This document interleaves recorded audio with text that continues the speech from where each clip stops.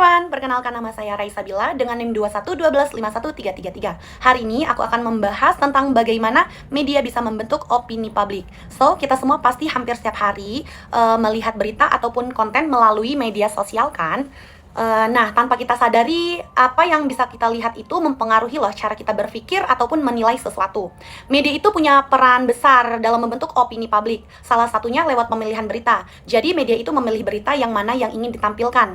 Misalnya, berita tentang artis ataupun influencer. Sering banget nih muncul dan tiba-tiba menjadi viral. Dibanding isu yang lainnya, mungkin ada yang lebih penting. Akhirnya masyarakat lebih fokus ke hal itu. Selain itu juga ada tuh yang namanya framing atau cara penyampaiannya. Satu berita yang sama bisa terlihat berbeda tergantung cara kita menyampaikannya.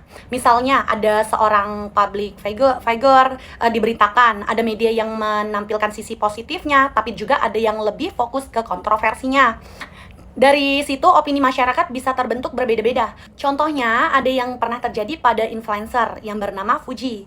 Ada yang melihat dia sebagai sosok inspiratif, ada juga yang fokus ke drama ataupun kontroversinya. Jadi tergantung sudut pandang media dan juga bagaimana kita sebagai penonton menyikapinya. Kemudian ada juga nih pengulangan informasi, atau kita juga sering lihat satu topik yang sama di TikTok ataupun Instagram. Lama-lama kita juga menganggap sebagai kebenaran padahal belum tentu itu benar.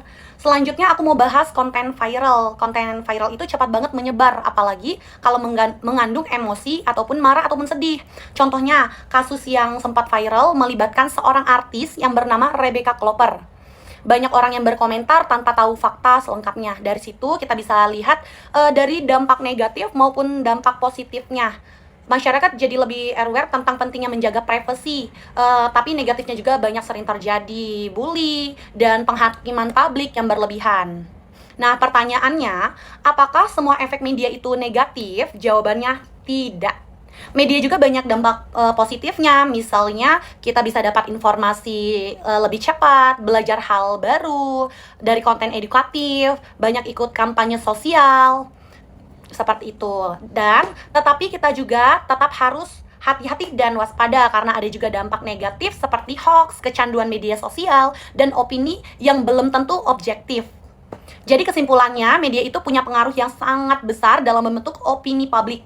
Tapi sebagai pengguna, kita harus lebih bijak, lebih kritis, dan tidak langsung percaya pada semua yang kita lihat, apalagi satu yang viral. Oke, cukup sekian dari aku. Terima kasih yang sudah menonton. Bye-bye, sampai jumpa lagi.